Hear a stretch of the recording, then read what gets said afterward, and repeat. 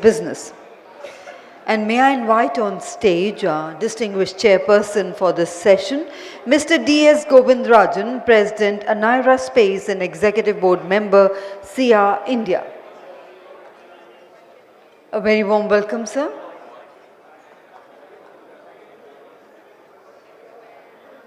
Inviting on stage Mr. D.S. Govindrajan, our Chair, President, Aniara Space and Executive Board Member, SIA-India. Ladies and gentlemen, let's put our hands together to welcome Sir onto the panel. Inviting our moderator, Dr. Susmita Mohanty, Director General, Spaceport, SARABHAI. A very warm welcome to you, ma'am. Also inviting our eminent speakers, Mr. Awais Ahmad, Founder and CEO, Pixxel. A warm welcome to you, sir. Mr. Sakthikumar R, Founder and CEO, OrbitAID Aerospace Pvt Ltd. A very warm welcome. Inviting Mr. Nitish K. Singh, Co-Founder and CEO, Astrogate Labs. Warm welcome. Inviting Mr. Tushar Jadhav, Co-Founder, Manatsu Space. Warm welcome to you, sir. Inviting Ms. Abhilasha Purwar, Founder and CEO, Blue Sky Analytics. Mr. Manu J. Nair, Co-Founder and CEO, EtherealX, and Mr. Raghav, Handa, Director Strategic Business Development and Government Relations, HSBC. Once again, ladies and gentlemen, good afternoon, namaskar, and a warm welcome to Session 2 on Startup Journeys from Ideas to Developing a Space Business. Startups that have successfully developed a space business offer valuable insights for aspiring entrepreneurs. Key learnings include focusing on a specific problem or market, collaborating with others, leveraging the government support, being adaptable and persistent, and building a strong team. So ladies and gentlemen, the time duration for the session once again is approximately 1 hour 20 minutes, which includes the opening and closing remarks by the chair and being carried forward by the moderator, Dr. Susmita Mohanty.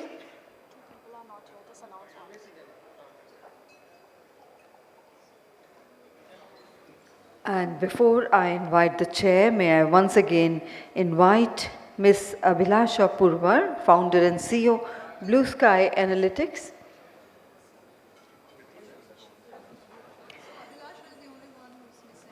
And Mr. Nitish K. Singh, Co-Founder and CEO, Astrogate Labs. I'm sure they would be joining us very soon. So I invite our chair for the opening remarks. So ladies and gentlemen, we'll have question and answers in the end if the time permits. So over to you, sir. Thank you.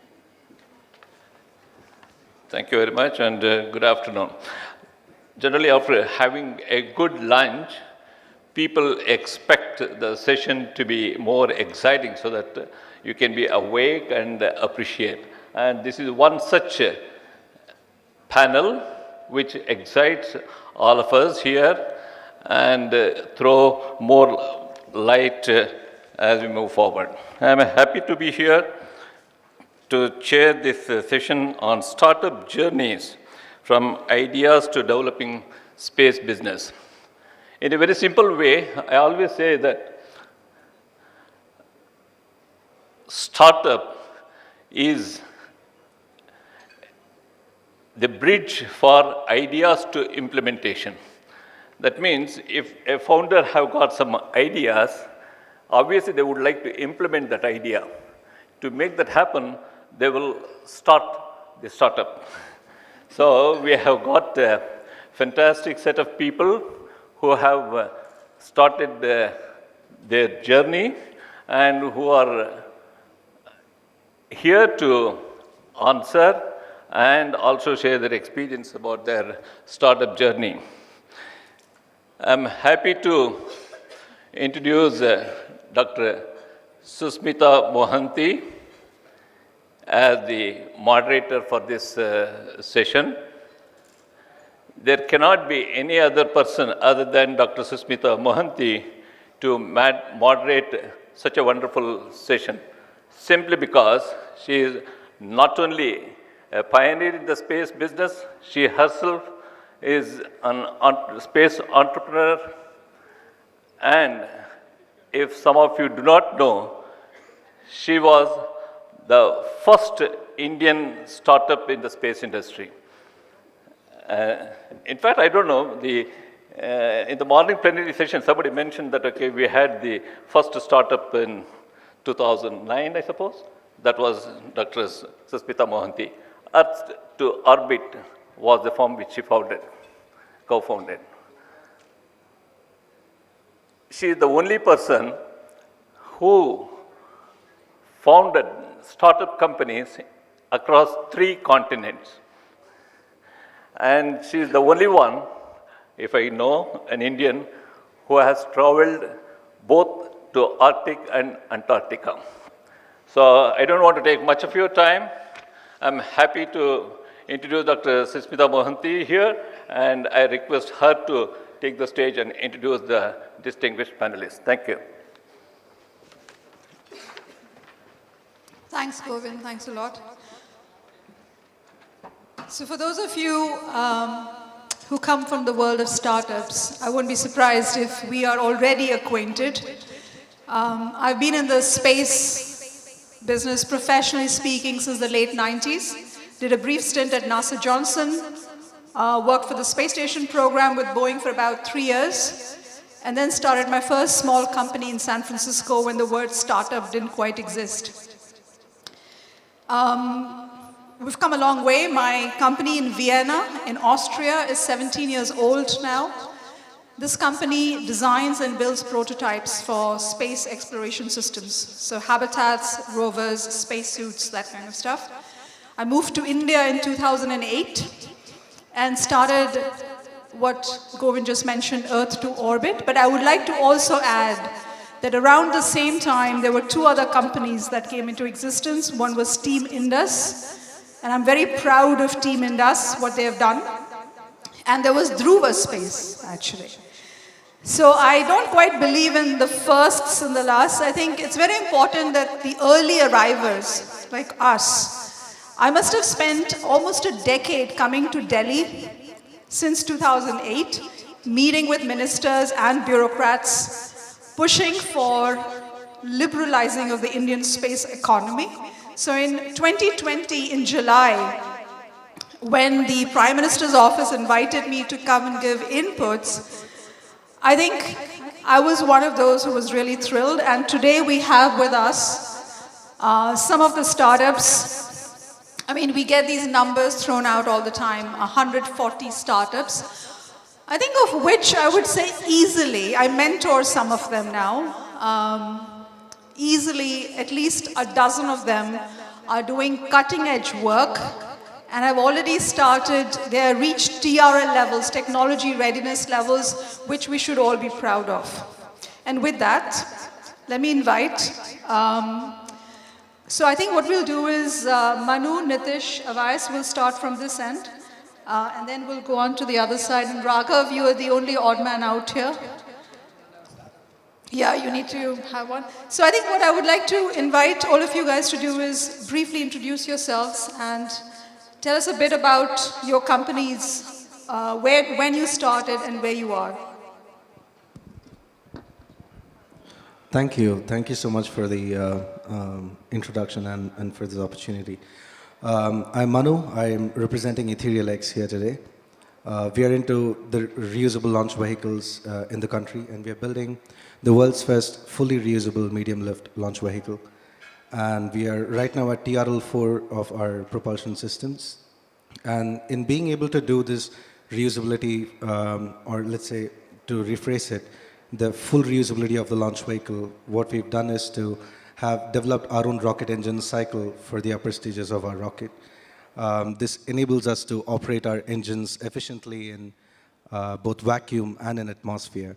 So this is a world's first, and this is something that has not been done in the last 70 years, to be inventing your own rocket engine cycle.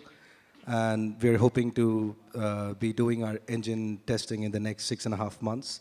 Mostly late November or December is when we are planning to test fire our upper stage engine. So yeah, that's an introduction into what we're building. Um, Good afternoon, everyone. This is Nitish. I am from Astrogate Labs. Astrogate Labs, we are developing laser communication solutions specifically for small satellites, low Earth orbit. We started the company around end of 2017. We started developing this technology from the ground up. One of the critical aspects of laser comm is you need very precise pointing and tracking systems. We developed that. We have matured our technologies and have also established some use cases for typical terrestrial full auto tracking systems up to 10 kilometers and beyond. Satellite to ground space is what we are working at, on which obviously the satellite hardware solution we are at currently TRL6. Ground stations we have developed, and we are looking at maturing this with a in-orbit demonstration really soon. Apart from that, we are also looking at the intra-satellite terminal development. That's a big market that's coming up. I believe Astrogate Labs is the sole company in India at least developing laser communication solutions. But yeah, the market, if you talk about the global space market specifically, it's a very niche area and hardly a dozen of companies working on it, but it's a very emerging sector out there. That's all. Hi everyone, this is Awais, founder and CEO at Pixxel Space Technologies. What we're doing is building the world's first and highest resolution hyperspectral satellite constellation. So a little bit of a background. We started in February of 2019 while myself and my co-founder, we were still students at BITS Plan here. And we started with analysis of existing modes of satellite imagery that were coming down from the likes of Planet Labs, Maxar, SIA and others. Now you could do a lot of things with that satellite data for sure, but we realized that there are a lot of things that are otherwise invisible to satellites up there that you can't see. If you want to be able to look at methane leaks, carbon dioxide leaks, soil nutrient deficiencies, crop diseases and pest infestations, you couldn't do that with just existing multispectral satellites in space. And so that required building and deploying a better kind of imaging technology, which was called hyperspectral imaging. And since no one else in the world at that time was doing it commercially, we said at Pixxel we will build and deploy it ourselves. And the plan is to have a total constellation of about 24 satellites that will provide global coverage on an everyday basis. And in that journey, we have already put 3 of our satellites up in space. And so when we launched our first satellite in April of 2022, we became the first company from India to ever launch a commercial imaging satellite up there, which is still operating, selling data, beaming down data from space. As of a month ago, we also raised $36 million in Series B funding from Google, bringing our total funding to about $70 million. So essentially fully funding the deployment of our constellation. So now we just keep our heads down and execute, put up these satellites up there to provide this data to customers around the globe. Thank you.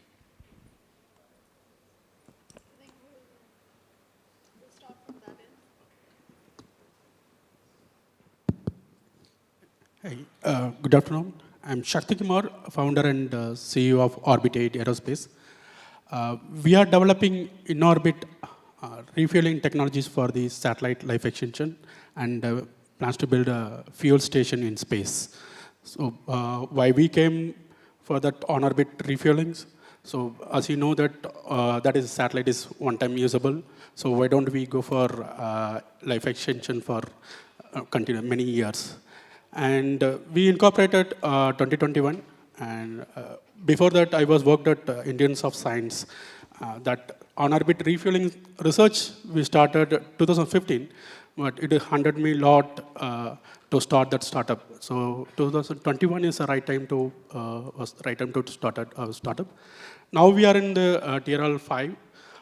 We are planning for a technology demonstration in end of 2024, and in between we are working on the 0G flight test as well. So that's all. Thank you. Hello, I'm Tushar from Manatsu Space. We are a space sustainable company, building green propulsion system for satellites to start with. So satellite, when in the space, so satellites is facing multiple challenges. The debris is one big elephant in the room which no one is talking about. And as he mentioned, the satellites are one-time entity, usable entity. So because of that, the satellites face and the astronauts are facing existential threat from the debris and growing number of satellites. So we're building to start with propulsion system, agile, efficient, affordable, green propulsion system. And on top of that, can we make that collision avoidance autonomous using the propulsion system as a base? and then refueling the satellite so that less and less satellites will be used. So starting with the propulsion system for satellites and building on top of that services is what we are looking for. We started, our journey started when we just built and launched our first student satellite when we were a student in IIT Bombay. We realized the potential of a satellite because one of the application of our data of that satellite was to get the early warning of tsunami. So we realized this is our passion. And in 2016, our dream came true when, as a student, we actually launched our satellite. And it was October sky moment for us. And that's when we realized this is our, this is our love. So this passion and this purpose put together is when we founded Manatsu Space to ensure the space remains sustainable. Thank you. Thank you so much. I think hearing every one of you, I just feel that probably, life is, you actually need to step up and do so much more in life. Anyways, I think as Dr. Mohanty mentioned, probably the only odd one out here, in terms of not having a startup. And I don't think that probably at the age of 40, I have the risk appetite, to now go ahead and float a startup. So maybe some point later in life. So I kind of represent HSBC here. We are the largest foreign bank with about 170 years of existence in India. When I say the largest foreign bank, that is by a balance sheet and by employment. So we roughly employ about 40,000 people in India. And we run a balance sheet of about $27 billion onshore India and about $5 billion in the gift city. We are close to kind of managing about 11% of FDI, FPI, and the trade flows in India. Just sharing another important metric because I've heard, sustainability, quite a bit here. Close to about 20% of green funding in India comes in from HSBC, which is close to about $4.5 billion outstanding as of 31st March, 2023. The reason we are here is predominantly as a part of a larger commitment, to support the, to really kind of support the economic drivers of India. And space is one sector, given the private sector, like reforms, where we are quite bullish about, India's share kind of going up from maybe 2 to 7% to maybe 9% in the next few years. As far as, the drivers of space economies are concerned. We kind of come here with a very simple intent of how do we end up, supporting each and every part of the ecosystem. Startups are obviously, crucially, say the backbone of every sector. So be it startups, MSMEs, SMEs, and say the overall anchors as well. So as of now, what we have been doing is we've been working very closely with ISRO and IN-SPACE and probably the key anchors in the space. The overall intent of participating in this session is to understand opportunities and challenges by by the wider ecosystem, which includes startups, MSMEs, and SMEs, and then try and see that what's the best way that we can end up supporting them either through our own balance sheet or through a large private equity and VC base of clients that we have pretty much across the world. I'll take a pause there. Thank you. Thank you, Raghav. So I think what we'll do is we'll start off by addressing 3 of the key issues that every startup needs to figure out how to navigate. One is the fundraising. The second is the regulatory landscape, which can be pretty complex. And the third is go-to-market. So I think I'll start with the first thing being fundraise. So maybe Awais, could you not only tell us how you guys went about it, but also contrast it with, say, startups from the United States or Europe? Sure, no, happy to do that. So when we started in 2019, we were still, just students. None of us had any savings that we could deploy towards actually building prototypes for satellites, which cost more money than just savings can provide. And thankfully, what happened right after college around May of 2019 was that we became a part of the Techstars space accelerator that was being conducted in Los Angeles. Now, the initial plan was not to participate in any accelerator, but the partner organizations that were there that included NASA, JPL, the US Air Force, Lockheed Martin, made it like a good opportunity to build some credibility. Techstars came into a little bit of investment. We reached out to a lot of angel investors from our own university. So I think the initial set of funding really came from believers who thought it was more philanthropy than it was investing, because at that time we were students.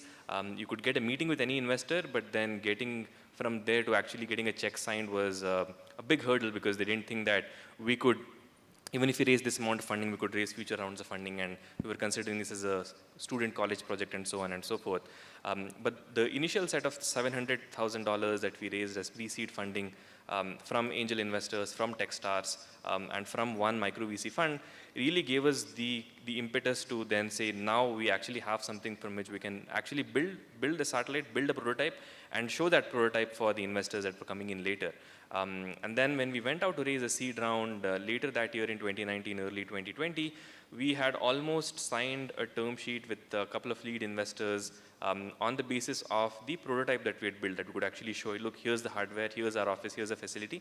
Then there was a black swan event called COVID that really hit in March of 2020 when everything slowed down. And so one of the lead investors decided to not go ahead with the term sheet, and so we were left with just a few months of runway. And the world was just refiguring itself out on how does this happen, how do you raise something remotely, how do you have these conversations over Zoom rather than in person, and especially as a space company that is building hardware, how do you actually go out and raise money for something that you can't even show people in person, right? But thankfully, in a span of 3 or 4 months there, what we just did was we kept on knocking as many doors as we could and just showed them the progress that we had done. And Lightspeed and Bloom at that point in time said that, there's something here, we'll put in the money. And so the 3.5 we were planning on raising became 5, and then very quickly became 7.3. Now, there was obviously an aspect of luck involved there, I would believe, in terms of people seeing what was already happening in the US, people seeing how, the likes of Planet Labs and how the likes of SpaceX were doing really good, and that gave confidence that with the expertise and experience that we have in India, there should definitely be some private companies, and if we don't start now, then we will never start again. And so thankfully, in a span of about 4 or 5 months after the lockdowns, we were able to raise that seed round. And then from there on, it was just purely execution based, right? And then things changed. Between up to the seed round, you could probably raise money with just on the basis of the technology that you're building. But then when you're trying to raise your Series A round of funding, you need to really show commercial traction. You need to show that there is a market, that there are customers, and that's what we focused on by signing on customers even before we had satellites up there. That ended up, helping us raise 27 million then. And then post that, it was just putting up our actual satellites in space, getting the technology risk to zero, showing that the commercial risk didn't exist there because we were selling data from these satellites, which helped us with the series view. So I think at different points in time, it's different things that you need to show. With the amount of money that you have raised in the previous round, you use that as the momentum builder for getting to just the milestone that you need for the next round of funding, which is a little bit of a contrast from European or US companies, because they have an advantage right out of the gate.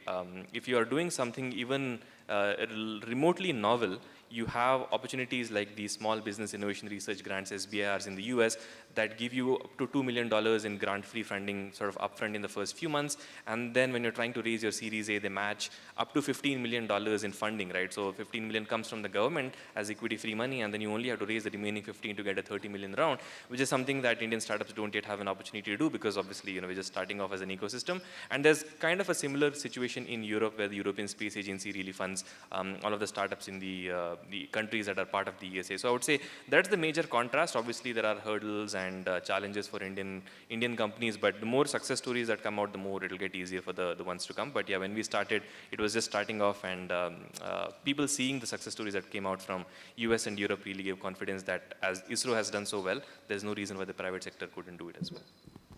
Thanks, Awais. Maybe from this side of the aisle, can one of you take up the question of funding? Tushar, do you want to go?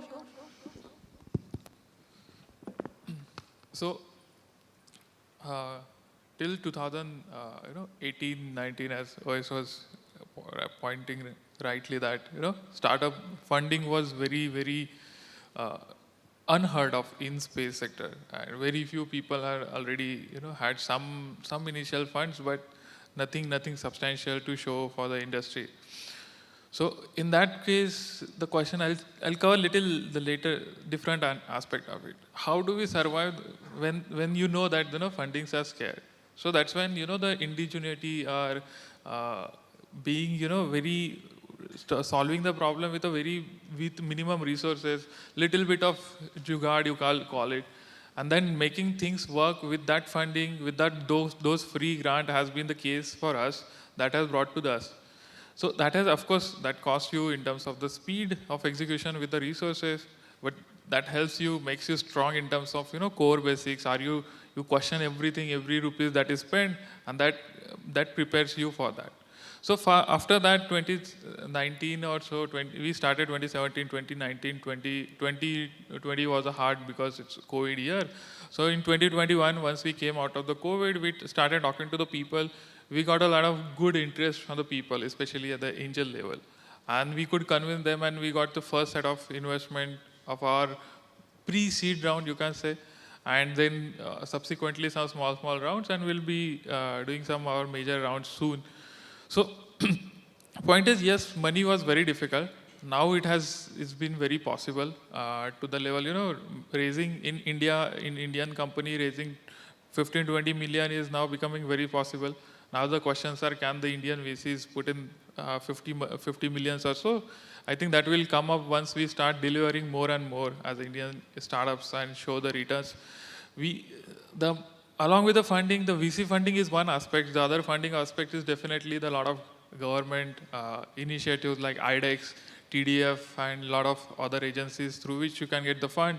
So the TDF has been a big support for us. The free grants, free money has been a big way to fund the startups. So things are changing, a lot of government avenues. So you definitely need to look for the VC fund. I won't say definitely, but you can look for it, but parallelly look for the ways where you can get free money. And more important than that, look for, building a business by getting the money from the customer. If you can do that somehow without deviating from your core business, I think that will be the best way to build a business. And then that will build more confidence onto the incoming investors to put in more and more money. Thank you.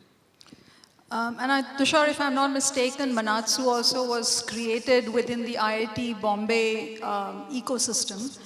So in India, we have two kinds of startups. The ones which were sort of incorporated within an existing university system, whether it's ISC Bangalore, in their case it was IIT Bombay.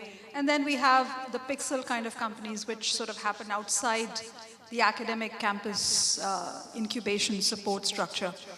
But if I look at, personally having lived and worked in the US, having set up a company in Europe, and now I'm back in India, I think most European startups, from what I have observed, tend to depend on government grants for a very long time. So they don't quite come out of the government grant mindset, which has its problems if you really want your private industry to prosper. In the United States, I think the ecosystem is sort of, very mature. Starting with the Small Business Innovation Research Framework, you also have something called the Small Technology Transfer Funds, which is very similar in terms of the programs and the kind of funds you get. In India, what has happened, at least this is my observation, is that there is very little support in terms of government grants. At least the kind of quantum that you need to prove a technology, to demonstrate technology feasibility. There have been smaller grants, 5 lakhs, 10 lakhs, and I think what you mentioned about IDEX, I think we need more of those kind of, in terms of scope and the quantum of funding that needs to come in. So what I think our young kids here have done is they have, over time, been able to gain the confidence of the venture capitalists. So India has had a very different trajectory compared to the United States and Europe, which I think is a very healthy trajectory, if you ask me, because then you become self-sufficient faster. You don't depend on the government for long periods of time. Let's go to the second issue here, which is regulations. There's legal, there's export control, and for those of us who are interested in the US market, there is ITAR, which is an export control regime from the 60s. Very little has been done in terms of reforming ITAR for obvious reasons. So let's have, Manu, Nitish, one of you, since you're doing reusable launch systems, what kind of regulatory hurdles do you think you'll have to face? That's a very interesting question. Primarily because our market would be from the US and outside because of the kind of payloads that we are looking for. It's imperative that we kind of bring in reforms to bypass ITAR or at least make it simpler. But as of yet, the regulatory, from a regulatory point of view, I think most of the, let's say, I would call it as the primary challenges have been resolved because of the space bill that has come up in having the autonomy to have your own launch pad or launch. Things have become easier from that perspective of a launch business, but it is still an area where you do not have the level of autonomy that you need to really function in a very agile manner, right? What about your permissions from in space to even go out and do your test launches? How does that work? Yeah, so in our case, since we are at now the engine testing phase, things are a little easier for us. It's mostly about having local registrations and local licenses to perform your engine test firing. And you also have certain state government benefits that you get. For example, you have the Tamil Nadu Industrial Defense Corridor, and they primarily focus on aerospace and defense, and they understand the requirements. So the life kind of becomes a little easier in this phase. But when it comes to areas like doing a full-fledged test launch, then it becomes a little more complex. You're far more dependent on ISRO to kind of get that done. And we are beginning to kind of begin those activities right away. So, even though we have almost 18 months to 22 months of time before our smaller vehicle test launch, we can at least get it done on time. Yeah. I think an important takeaway from what Manu is saying here is we often forget that India is a subcontinent. It's almost like 30 countries or 29 countries in one country. So you guys are based in Tamil Nadu, right? We are based out of Bangalore, but we are setting up our test facilities in Tamil Nadu. So I think what's very interesting, if you look at the Indian ecosystem, is that certain states, especially some of the ones in the south, are more proactive than others in promoting startups. So one, you have to deal with the central government framework. You have to approach in space, you have to get permissions, but it all depends where you're based locally. And those governments can sometimes be pretty progressive and very supportive in getting the startups going. Maybe would one of you talk? I know we are missing Abhilasha here, but I wish she was here. Can someone in the room, part of the organizing committee, just go out and call Abhilasha just to make sure that she's not on her way? Yeah, maybe you can take the question on regulations. Have you looked at regulations at all for your business? Yes. So before before I incorporation and all those things, so we are trying to do some in-orbit test. So through university. So that time it was actually very difficult to open the channel. But after incorporation and now that through InSpace, we try to do some ISS test and 0G test. It is a good amount of channel is open and process is also easy. But the timeline is taking a little bit long. But compared with earlier, it is absolutely it is open for that regulation. Coming to this, the test with InSpace. Let's say if you want to do some test at some facility or some labs or some center at ISRO. So earlier days, we have to go. I was at IAC. We are also incubated at IAC. So we know that pain of to enter into the ISRO and to do the test. It is very difficult. But now through InSpace, it is very easy. Now it is a fraction of seconds. We can get it all the code and you can do that test immediately and go for maybe earlier days that test to do the test and make that prototype itself, it takes too much time. But now through that things, you can do that prototype very easily. I think what Sakthi is trying to allude to here is that now that we have InSpace, private companies such as his and others have a streamlined way of accessing ISRO's environmental test facilities. Usually environmental tests, which of course all of us have to do if we have flight hardware, is a big hurdle, and not everybody can afford to buy the vacuum chambers or the acoustic testing facility. So I think he's alluding to that, which I think is one of the sort of the early benefits of having in-space in place. Speaking of regulations, I mean, I think I probably in the room have seen ITAR up close. So when I was hired to work for Boeing in 1998, I was interviewed by McDonnell Douglas, and it took 15 months to go through all of the legal and export control hoops to get to a point where I could be hired. And I was pretty much the only foreign national on that site in Huntington Beach, where they make Delta rockets. I mean, we all know space is dual purpose. So I was interviewed by McDonnell Douglas, and then I was hired by Boeing. It took that long to get all the security clearances in place. Also, my company, Earth to Orbit, the first 7 years, we focused on opening up, one is the US launch market for India.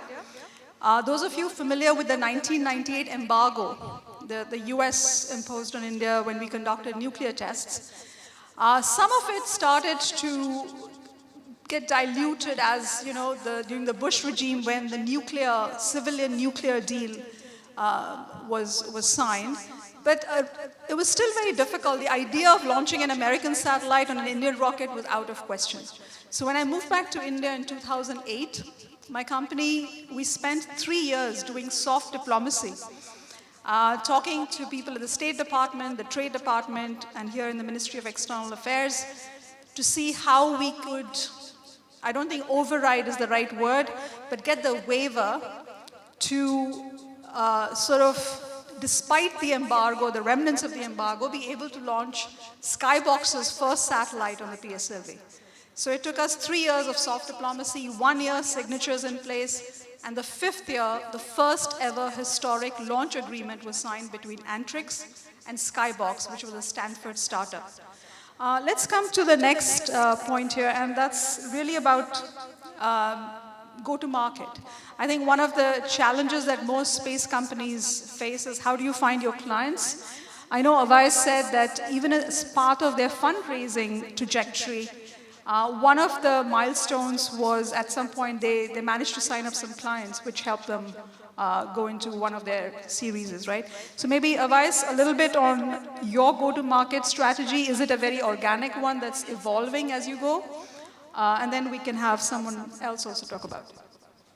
Yeah, I think it's in parts organic and in parts, you know, very inorganic in the sense that you have to really execute in the end, right? So when we started, and even now, the way we look at the market is sort of twofold. Of course, you know, there is the Indian market itself, and then there's the market for the rest of the world.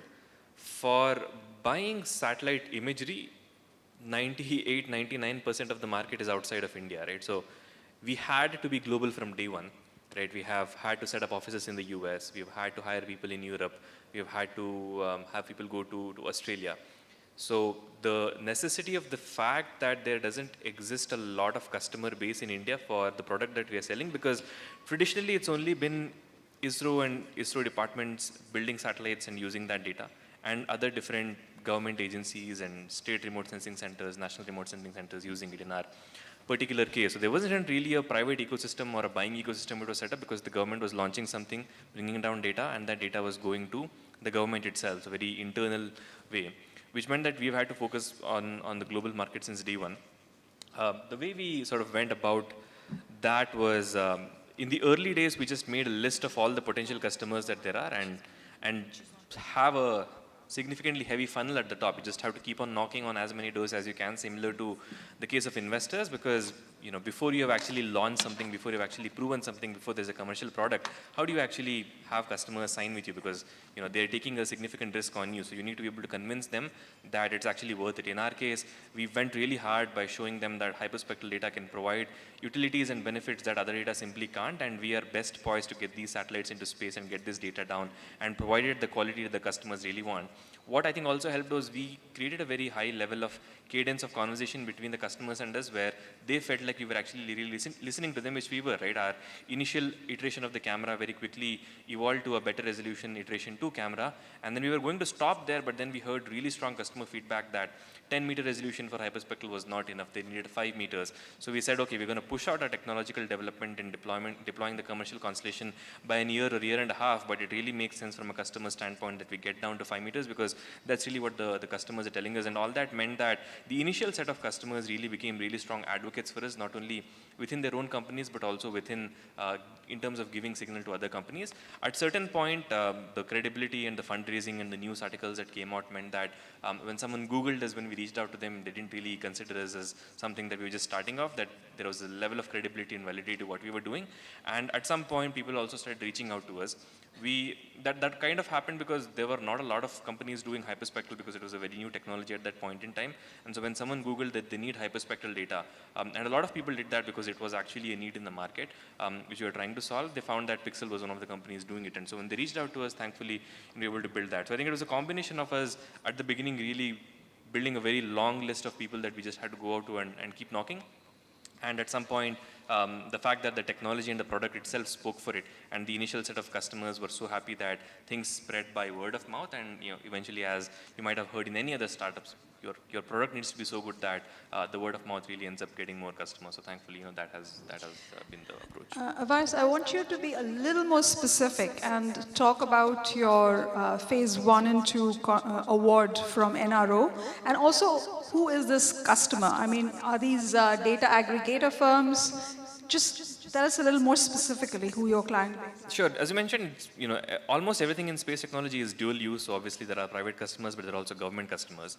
In the private space, that's where we focused on for the first 3 years of the company. These are companies in the agriculture space, for example, fertilizer companies that want to sell fertilizers, knowing where there might be soil nutrient deficiencies. These could be seed companies. These could be companies that had a cooperative of farmers under them, right? So agricultural companies is one. There's a significant number of oil and gas companies. Almost everyone, regulatory-wise, has to keep a track of oil and gas leaks. And so we reached out to them. Now the challenge was, who do you reach out to in these large companies, because they're spread apart. So we focused on the innovation arms, people who had already been doing R&D for the kind of work that we were doing. And then they became the internal champions that led to the decision maker signing it, right, which was a similar structure. And the third was mining space, which is very similar to oil and gas, but where we were helping them curb the influences of the mining on biodiversity and everything else. That's on the private side. And on the government side of things, we didn't really focus on it for a long time, because these are usually very, very long sales cycles, and usually government customers, regardless of where they are in the world, want to see some semblance of a product before they actually sign an actual contract. And that really came to fruition when we signed a contract with the National Reconnaissance Office in the United States. Now that happened because we were at that right junction in time as well, where the NRO had already looked at existing sources of data like ultra high resolution or SAR, and now they were very specifically looking at hyperspectral, and we happened to be one of the ones that were doing it. And this took relationship building over the last 12 to 18 months before the contract actually came to fruition. So it wasn't like it magically came up and then you won that. In case of a government, you have to build that relationship for quite a while. Very recently, we also announced an MOU with the Ministry of Agriculture in India. That also took effort from our team for about 12 to 18 months before we could get there. So I think the government contracts are big and large and very lucrative, but it takes a lot of time to get there. But before that, you have to prove it out with private customers. So I think, that's going into the specifics of how we did it. Yeah, I think relationship building is very important, especially for long-term government contracting. Maybe, Tushar, you guys are into green propulsion. So can you tell us what kind of go-to-market do you have in mind? I mean, what's your strategy on that? Yeah. So when we started also, in terms of, who will buy that was the first question was asked. And of course, apart from ISRO DRDO. Then obviously the next name comes up are the Lockheeds and Boeings and the Airbus of the world. And through different competition or their accelerator program, somehow we got to connect to all these Lockheeds and Airbus and Boeings of the world. Then after talking to them multiple iterations and reaching to this person, that person, this person, that person, we realized that may not be the best strategy to go and do the business development at this stage when we don't have the completely proven product with a track record. So then what we did is then we sat back and realized, what are we doing? And then we realized, of course, those are the companies who are building the large contracts and serving the larger customers. They need, of course, they will demand the high degree of reliability of a system, and then they will look for the production capabilities and the time of delivery, which, of course, we didn't have that time. So then we said, who are the companies who share the similar challenges that we are facing, that we are developing? Of course, we are developing something which is, in terms of efficiency, is high, cost is affordable, still it's in the development stage. Then we realize the startups who are Series A or B funded, startups who are building their satellites or the constellation of the satellites, who share the similar challenges. They are also trying up new technologies, and a lot of regulatory changes have been happening in the world. That hydrazine, which is traditionally be used in the satellites, that has been banned, especially in Europe. So those satellites were mandated to use something which is non-hydrazine, which is safe and efficient to transport and handle. So then we realized maybe that might be our spot. But then also, Series A, pre-Series A, Series A satellite companies, how to get hold of them in Europe and US. Thankfully, we being B2B, we get to meet a lot of customers directly through these conferences, because we don't need to actually look for the customers any other than the space conferences. So that becomes our first major way of doing the business. So the conferences, competitions. Competition has actually helped us a lot. We won one of the Japanese early startup Ace Booster space related competition in Japan. Through that, we got connected to the Japanese ecosystem through Japanese cabinet office. So similarly in the France. So that way, a lot of gates open for us in the process. Then we realized, still in the Series A startup, what to look for, whom to contact. Then we realized, very interesting, that the Indian people who are working in this Europe, US or Japanese startups, we found that they are very receptive to, talking to the Indian startups, because that was foot in the doors was very important for us, getting the first meeting, so that we then eventually get connected to their CTO or the product manager or the system engineer, project manager. So then we started finding out, deliberately targeting the people who are in that organizations who are Indian, and we eventually could find out someone at the very senior position. So through that, we got contacted to our potential customers. And then thanks to COVID, unfortunately, the lot of business discussions started happening online. And that's how we started.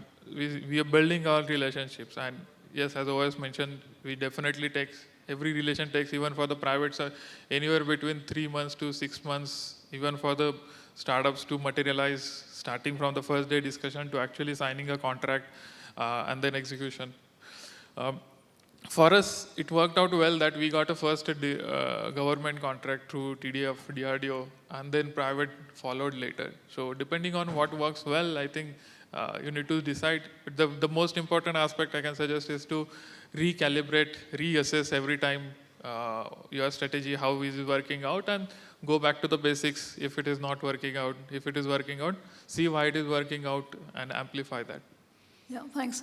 So I think if you listen to what Tushar was saying, I mean, now that I'm in a position to mentor and advise startups, what I've noticed with the Indian startup ecosystem is that many of our young kids have gone out and started companies straight out of college.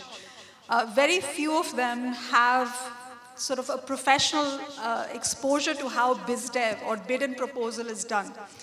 Having spent 3 years in the international business development department at Boeing, we were a team of 12 people who were making money for the space station program as opposed to spending it.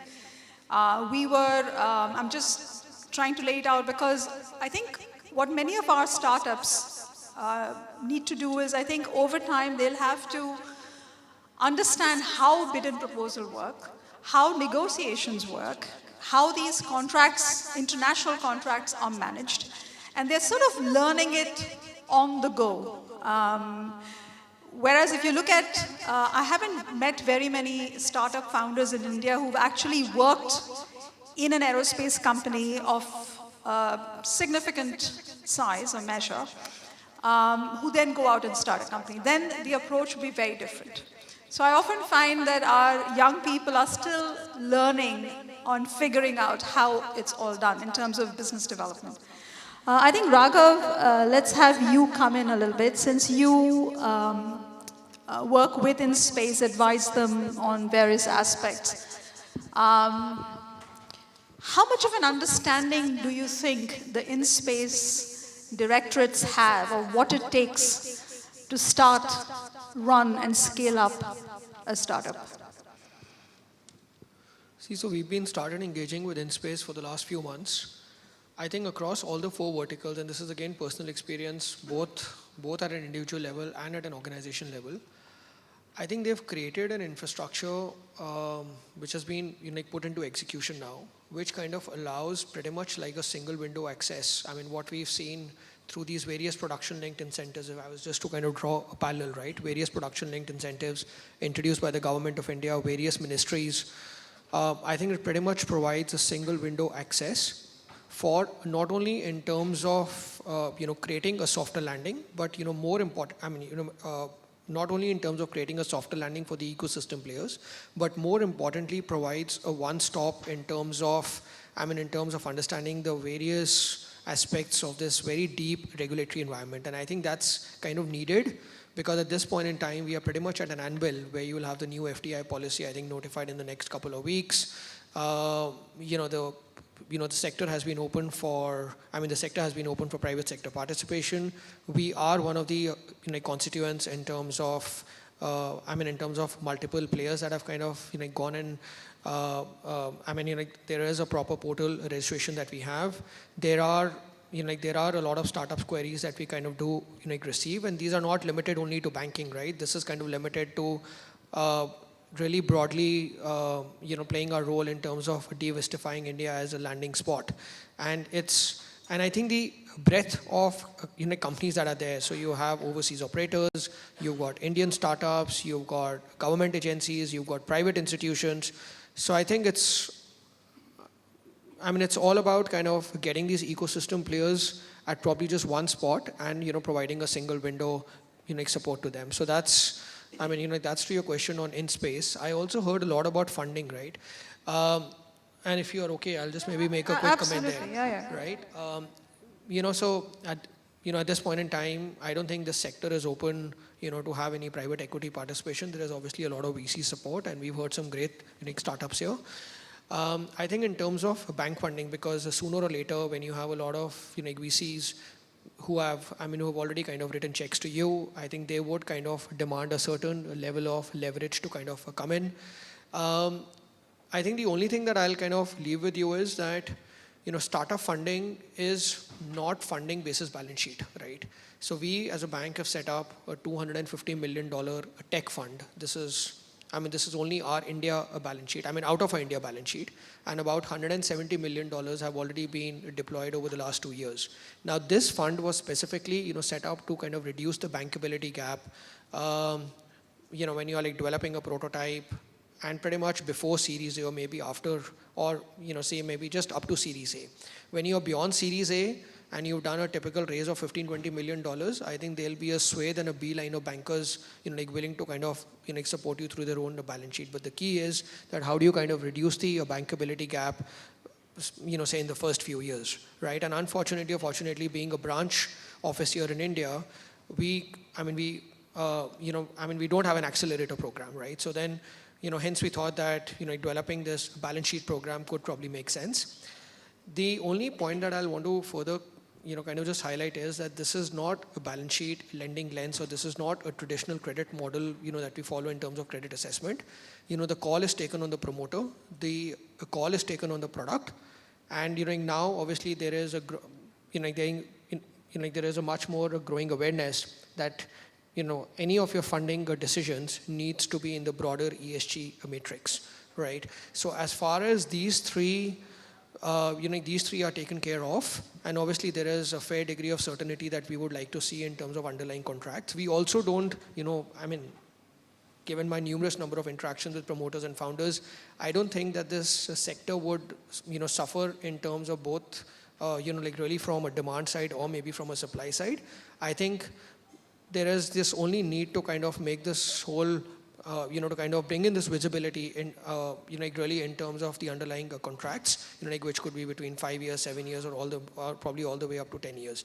I mean, as far as these 4 building blocks are concerned, I mean, as in when you kind of graduate in your journeys, and VCs or say a group of investors would kind of demand to bring in some, some amount of leverage, you can be fairly sure that if a foreign bank has this view, obviously Indian sector banks would have a much more liberal view as well. Thank you. I think one of our panelists who is missing was very important to this mix of conversations. Abhilasha runs, she's not here. We tried to reach her, but she's not here.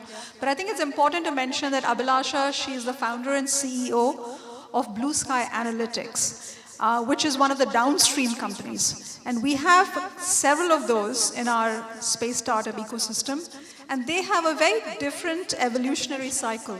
In fact, I mean, I know 3 of them fairly intimately. They are even able to break even in a couple of years because the kind of clients they serve with their downstream applications, and their go-to-market is a completely different approach.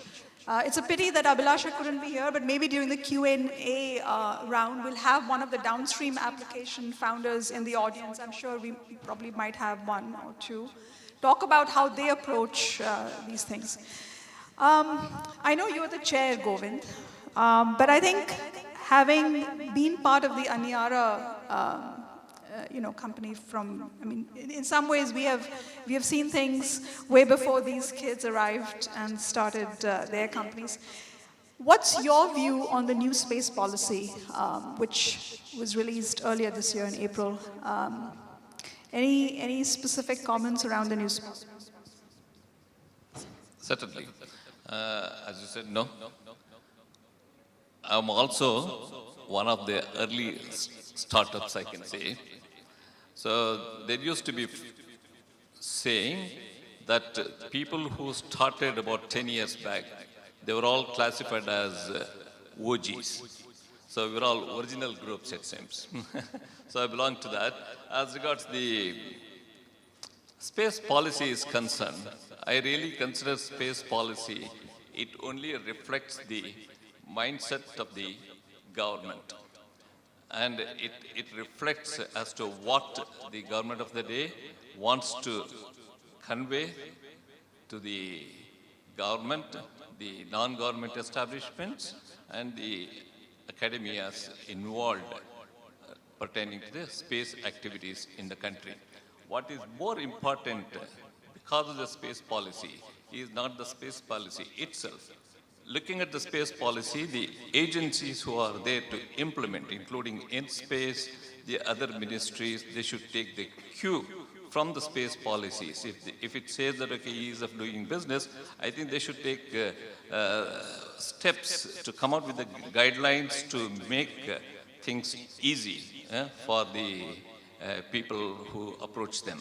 Same thing in space also. So policy clearly states that InSpace has got the autonomy. Instead of questioning the kind of autonomy that they have got and that they are going to get, at least utilizing the term autonomy, InSpace probably should take bold steps to come out the guidelines to promote the aspirations and requirements of the startups who approach them. So I think continuing on the theme of space policy, maybe we can have this side, one of the panelists, if you've had a chance to actually read through the space policy, which is fairly brief, share some of the specific clauses which apply to your business, or at least, will apply to your business as you go out and market. Yeah, so regarding the space policy itself, one of the key critical things, if I look at our business, specifically any startups and all that are starting with is making a niche technology, right? How does that niche technology gets adopted into the government ecosystem? Because obviously they would be the initial buyers out there. How how do we go about it. And in terms of how do we can get to much more technology demonstrations as early as possible, and the policies that can promote specifically on that particular regard. These are some of the specific things that's related to our business, and we are actively seeing that. One more thing is, I think FDI in space we are talking about, but what would be the sectoral gaps, what would be the automatic route and all that still needs to be coming about. So I think these are some important areas, because earlier in the initial this thing we have already established, the market that we are talking about space is obviously global. The whole buyer ecosystem is outside. I think it's go beyond just remote sensing, for example, but almost all of the satellite ecosystem, the number of satellites that get launched, US is the major one where small satellite constellations are getting launched. So any companies who are actually developing product for upstream use case as well had to rely on getting to the outside one, which means outside presence. In order of you need to access outside capital as well. So, and typically that's on the series. How do the government can enable that in terms of that participation? Other is obviously related to export control. I think as of still now, the space satellite or satellite parts in order, it's actually a restricted item. You need specific approvals and all for that. So these are some of the things how I think we are looking forward to how in the space policy it will be addressing that. I think let's again get to specifics. Maybe I'll have Awais tell us a bit more about. So when it comes to ease of doing business, customs plays a very important role, other than ITAR and such. So the satellites that you have put together, the one that's in orbit and the ones that are in the pipeline, I understand the various subsystems and components have been procured from different parts of the world. So tell us a little bit about what challenges did you face in terms of getting these into the country for assembling it here in India and then launching it? Yes, I think in terms of getting components into India from any other country, there were no issues except the duty we had to pay.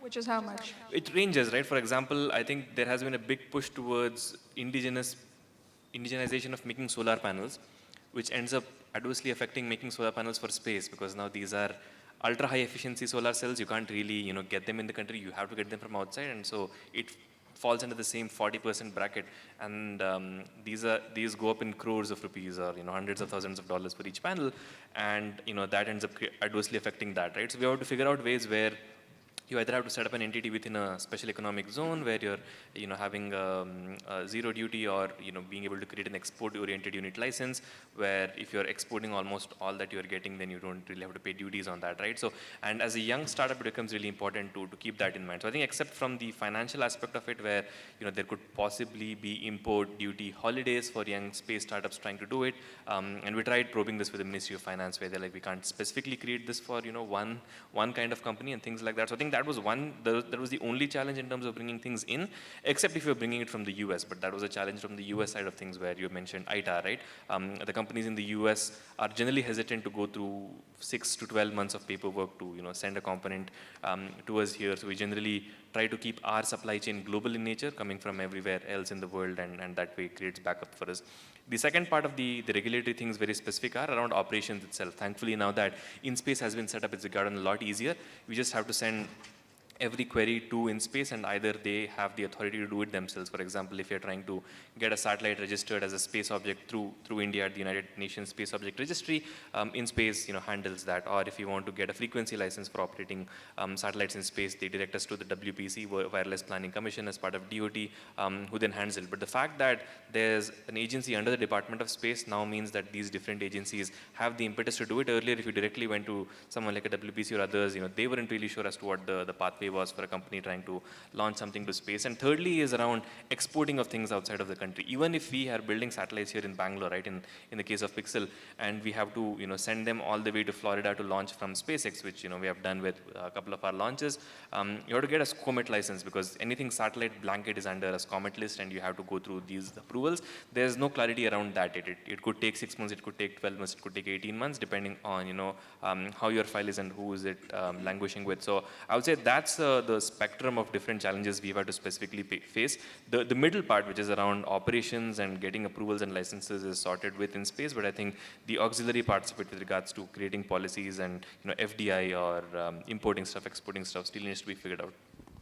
Yeah, so I think in terms of ease of doing business, no matter what the slogans are, having lived and worked and started companies in 3 different countries, I can tell you that we are still some ways off. Things have improved for sure, but things are still fairly time-consuming and bureaucratic.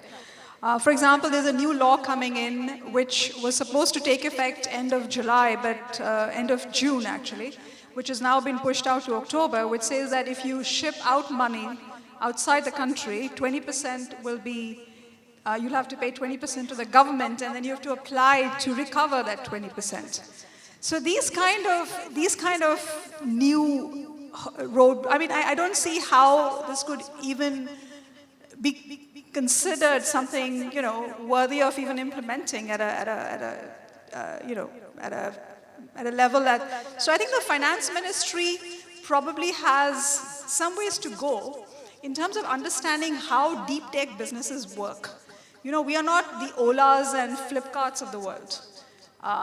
This is deep tech which takes time to design, to build, to test, and to fly. So I always tell young people who want to go out and start a space company is that in the IT world, for example, things are very different. You can write code on your laptops, you can build your apps, and you can go sell them. But in the space world, you really have to be in it for the long haul. It takes a good 6-7 years to say that, okay, we've arrived. And I think that also makes it, now I think the venture capitalists have kind of warmed up to the idea of investing in Indian startups. But I remember early on, pre-pandemic, when Pixxel and others were out pitching to companies, I used to get calls from these VC companies to try and understand what is the trajectory of a space startup. Whether it's worth investing in a company where, it takes several years for them to recover their money. Let's go on to another round of discussions before we open it out to the audience. So we recently had our Prime Minister in the US, and we did sign a couple of very interesting agreements. We are now part of the Artemis Accords, which essentially are a set of guidelines to go along with the Artemis program of the United States. There's also something called ICET, where it's an agreement that was signed last year between India and the United States to try and promote partnerships in the critical and emerging technologies area. So any of you guys here, your companies, can you benefit from what's starting to happen in terms of the warming up and sort of aligning of two nations in the world of space? I mean, other than quantum and semiconductors and whatnot. Manu? I think it's, though primarily now the focus is on electronics and semiconductors and quantum and all of that, I think approaches like these are fairly critical for us to open a lot of avenues. For instance, just a couple of months back before we closed our first round of funding, we were the first startup in history to have been invited outside of America and Europe for the Beyond Gravity Launchpad program. So Beyond Gravity is basically what ISRO is to India, to Switzerland. Now, since we are dealing with reusability, it is something that we've not ventured out into in the last 55 years as a country in having explored this launch business.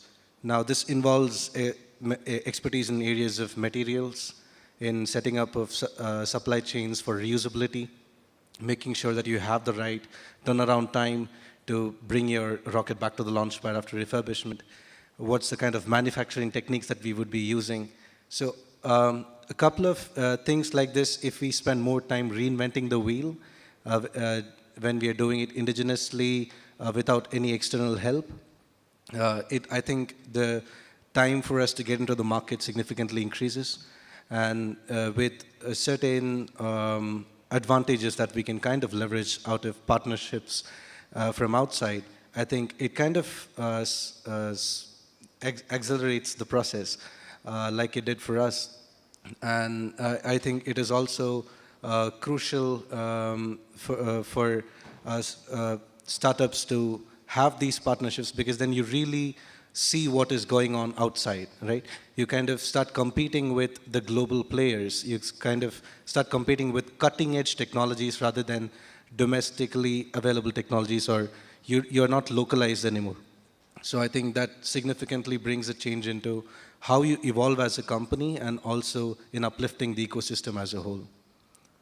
Awais, is it of significance to your company, for example?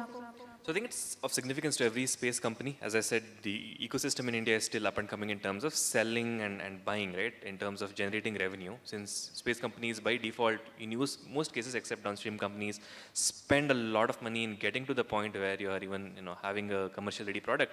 You need to recoup that very quickly, and you need to have high margins thereafter. And that can only happen if you're selling into a big market to start with, while the Indian ecosystem grows up. You definitely have to sell here, but as it grows up, you have to go to the US and sell, which by far is the single largest buyer for almost everything space technology. So the fact that there's an initiative for critical and emerging technologies, I said, that is being conducted at the highest levels, right? The president and the Prime Minister talked about it. The National Security Advisor to the Indian Prime Minister, Ajit Doval, and Jake Sullivan, who's his counterpart on the US side, are leading it. Essentially means that it's being taken up at the highest levels. And two of the major things that really came to mind when they talked about was, one was, can ITAR be really opened up? And when you look at US and Australia, there's almost free exchange of information between those two countries, where ITAR doesn't play a factor. And so as the relationship between these two countries is growing, there are ways that people are thinking, can ITAR, which includes space but also other industries, can it be eased up at least between these two countries so that we can get access to a lot of technology from there? And we are starting to see that with jet engines and everything else. How can that happen? And the second was, can the US government market be opened up to Indian companies, which would then open up a big chunk of the revenue generation capacity, right? So when, for example, a few years ago, Team Indus became one of the winners for the lunar grants through Orbit Beyond, there was a big hullabaloo in the Congress in terms of, oh, this is actually being given to a US company, but the work is going to an Indian company. But if it actually comes from the Congress and the government itself, things like that really open up, where for the initial years at least, as the private ecosystem here comes up, you can start selling that. So I would say it's definitely good for almost everyone. The fact that the biggest economy in the world is being opened up and you can start selling there means that you can use that to really build up the ecosystem here too. So I think one of the things I tell most startups is, when you incorporate your company, you should most certainly have an incorporated entity in the United States and possibly Europe. Because even my company, Earth to Orbit, we did have a California entity, and without it, we couldn't have possibly launched a Skyboxer satellite, which later became Google Terabella, and it was a Google satellite. It would have been impossible because the US entity had to sign an agreement with DTDC, where the document essentially read that if we were to compromise on any of the ITAR protocols, my company would be severely penalized. So it wouldn't be Antrix that would be penalized, but it would be Earth to Orbit that would be penalized. So I think having a US entity is not only a great idea in terms of go-to-market strategy, but also in terms of these kind of legal relationships that you need to have to make the business work. And funnily enough, for many things, especially consumer goods and stuff, India is seen as a market, but as far as space is concerned, US still is the biggest market. And with that, I think I'll open up the floor for questions. And if there's anybody in the room who has a downstream applications business, please raise your hand, because I'd love to have you just give us a quick summary of how you run your business. I see one hand here in the room. Can we have the microphone? Yeah. Pranav, go ahead. No, you're not audible. Devlina in the room or Prateep Bosu? Devlina? Okay. No? Okay. Go ahead. Yeah. We spoke about the getting supplies for hardware, largely outside India. Because the space sector is opening up, there are more startups. How is the ancillary industry looking in the future? Is there a potential for the supply industry and the ancillary industry to support a partially indigenous supply chain? And second, my question specifically to Awais. When you sign a contract with a very secretive and sensitive national security agency like NRO, does that limit your capacity or your ability to do business with other government agencies? And what are the things that other companies should look out for? Thank you. So I think we'll start with the second question, but Pranav, hold on to the microphone because I'm not sure if I got your first question. We'll go to that. Awais, why don't you go ahead and answer the second? I think the good thing about this is, look, we don't work with countries where there could be geopolitical issues, right? We're very, very careful about that. For example, none of our supply chain comes from China, absolutely zero. And forget about selling there, we don't even look at that. But our suppliers, we make sure that, we audit them to make sure that nothing's coming from there, because it would end up creating some issues when we are trying to sell to different governments across the world. As long as it's countries who have relationships and agreements between them, it's absolutely fine. For example, in the case of US and India, it helped us actually because there was already a treaty between the two countries in terms of sharing of satellite imagery that was sensitive to either country. So that was already happening. And we're already in touch with obviously the Indian government, right? And they were very aware of what was happening, and they were actually encouraging and supportive of the fact that, if you're going and selling that, the data might end up coming back to India as well through the treaty that was there. And that actually gave us the requisite experience and the expertise that we could then bring over to here as well. So I would say, given that relationship already existed, it wasn't really a big thing. And just to give you a sense, we have to be a step away from the work that is happening, right? We hired a US team with US expertise and US security clearances, and we don't get access to all of the information there. All we do is we just make sure that we send satellites and the data can be funneled through the US entity that we have. And so there's an arm's length distance there, but the fact that the countries have good relationships and the fact that we could sell to Europe and it wouldn't be an issue. France and India have had amazing relationships in terms of space technology for the longest while. So we make sure to stay on the right side of that line to make sure that we don't end up shooting ourselves in the foot. Well, yeah, I think if you control your procurements, like Awais said, and have a team which has security, people with security clearance or citizenship, you just design your business that way. What was your first question, Pranav? My first question was regarding hardware manufacturers obtaining components, sensors, electronics, solar panels, or even procuring buses for their own satellites. What is the potential for an Indian base to support a growing space industry? Okay. Did any of you want to answer this? Yeah, go ahead. Yeah. So, straight answer is absolutely. The elephant in the room lies how big that will be. Okay. Let me explain. So, in our case particularly, so we have small thrusters. Okay. And on thrusters, we have something called as a heater to heat the catalyst. There is some material. And that heater is sort of, you can imagine it's a single point of failure. So it's very critical component. And currently in the world, there's a monopoly of around 2 or 3 companies. I wouldn't call monopoly, it's a duopoly or say, but one company has a clear monopoly across the world. And the lead time is very bad because our orders as a developing company are small. And the costs are exorbitant, as you can imagine, because they know that they are the one that provides it to everyone.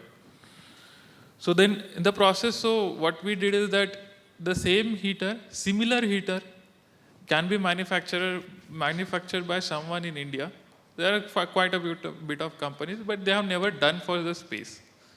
So as a part of indigenization and keeping the cost down and reducing the time, so what we have done is we have taken a proactive steps to go to this manufacturer, sit with them, show them the big dream, sort of we pitch the product they're making up, saying that, look, this is what it is, this is how big it can become, and of course we'll help you to clear that component to make it space worthy. And in the process, we build a great relation, you win, we win, and we'll take it to you internationally. So you can open up the international arm. So Short answer is yes, definitely. The long answer is it will need an investment, it will need a time, and it will need a very dedicated efforts to do that.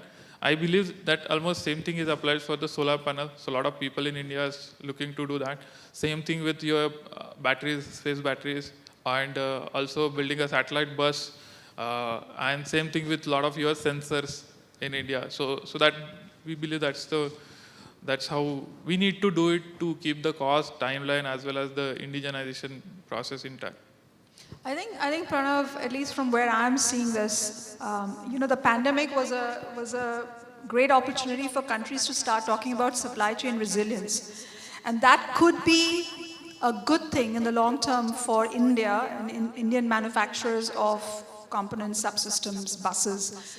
Because I think just as the Indo-US partnership is warming up, that could potentially open up channels for us selling to the US. Usually, not just the United States, anywhere in the world, the lobbies that make sure that the business stays in the country, that you buy from businesses in the country are very, very strong.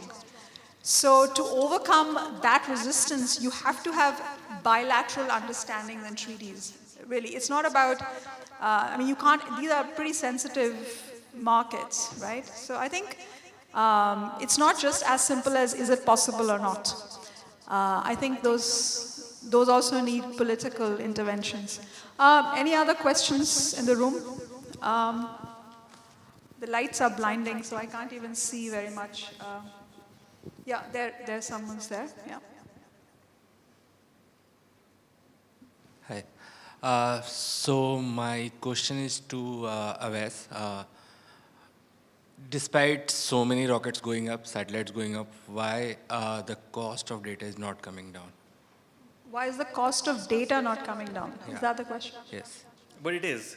I mean, if you look at 10 years ago, I would say multispectral data sold between $5 to $10 per square kilometers. Right now it sells at $1 per square kilometers, and could be even lower at volume, right, when you look at Planet Labs and whatnot, which is also the same price point that we will be at on the lower single digits. So I would say it's definitely gone down in the last 10 years. Maybe if you look at the last 2-3 years, it hasn't, because the last 2-3 years, the launch prices have also sort of stayed the same. SpaceX came in with the rideshare program and reduced launch prices from $25,000, $20,000 to $5,000 per kg.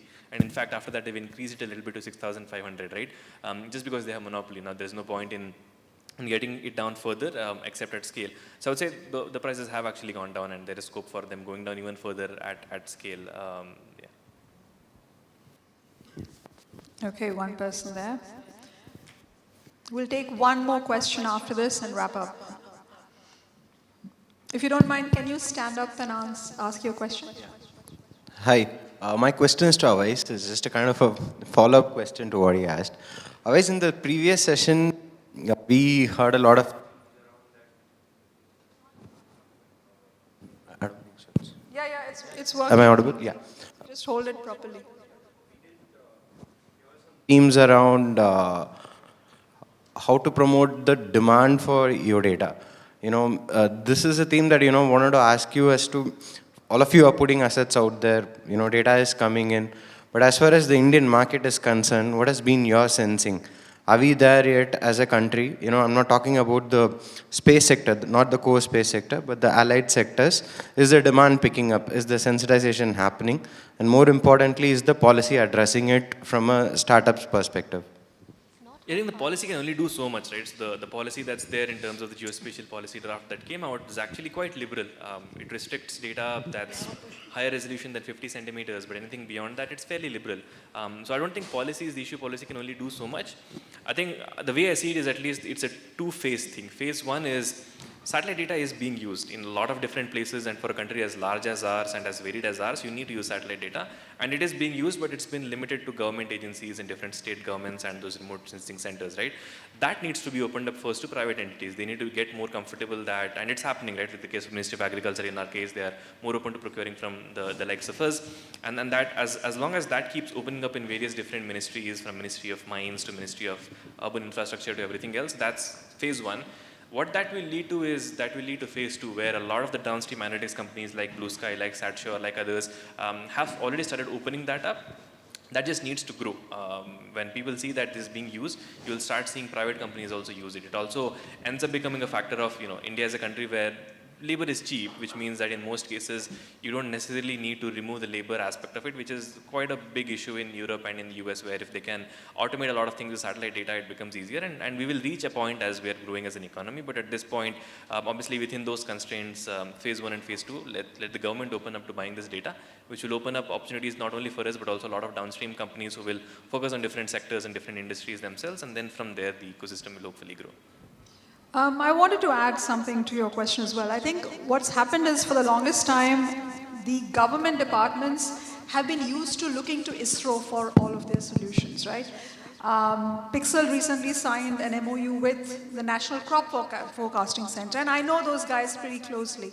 If you look at NCFC, for the longest time, not only were they entirely using Indian data, they're also using software which is developed abroad for geographies other than India. And we were just kind of using those software which are not very accurate for Indian conditions, even things like the Kharif crop or the Rabi crop. What's interesting about companies like Pixxel, and for that matter, other companies like Blue Sky, Numer 8, Satcho, is that they're also offering you analytics. And this is something the NCFCs of the world and other government organizations of the world are not geared to handle yet. They don't have anybody in-house to even do analytics for them.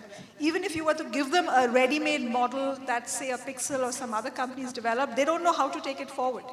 So I think the government departments, and there are several of those that use imagery, will have to upgrade themselves as well in terms of being conversant with the latest in machine learning and analytics and how to work with these companies. So I think that's something, it's an evolutionary process, and we haven't gotten there yet. If I talk to some of these downstream companies, their clients are often private clients for obvious reasons. So I think that's where the gap is.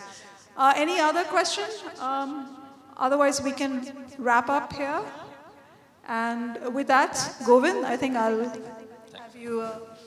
Last one. Yeah. Thank you very much, Susmita. I think looking at this panel, we have almost gamut of various companies working on different space activities. High spectral satellites providing high resolution data, data analytics, in-orbit testing, and we have propulsion, space safety, and we have laser communication for small satellites and reusable launch vehicles, which in fact even organization like ISRO has been talking of late only reusable launch vehicles. When kids like Manu and colleagues can talk of reusable launch vehicles, that itself is a laudable thing. We have seen during the discussions what you need. Some of the takeaways, if I can say, is, of course, as I mentioned in the beginning, that you have to have ideas to implement, and for that you do the startup. But that's not sufficient. You have to have a passion and courage. So all these youngsters coming out of the college or coming out of their universities, they had not only the ideas and had passion and the courage to come out with their startup, and the journey they have explained to us itself is very inspiring. That means they have really navigated through their journey, facing the challenges to meet the final goal of climbing to the opportunities on hand. So we have to understand that wherever there are opportunities, there will be challenges. So we have to work to mitigate those challenges, meaning we also have to work with the system to change the system. Otherwise, we will not succeed. That's what I think all of our panelists have done. Just to make a mention about our friend Raghav, he articulated very well exhibiting that he is not an odd man in the August gathering of the startups. He also has exhibited that he is part of the startup journey of all these startups here, because he actually creates an important element in the journey of these startups. Last but not least, of course, I don't have to tell anything about Dr. Susmita. Always, she guides, mentors everybody. Like that only, she guided this panel so well. I request all of you to give a big hand to this young startup community who are really inspiring all of us. Thank you.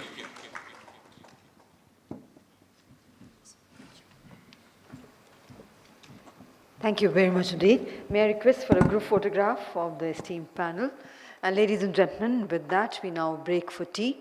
The next session will commence at 16:20, that is 4:20 p.m. sharp. We would request everybody to be kindly back and be seated in time for the next session. Next is a plenary session. We have all the three halls combined into this one. Thank you. Please enjoy your tea and coffee and be back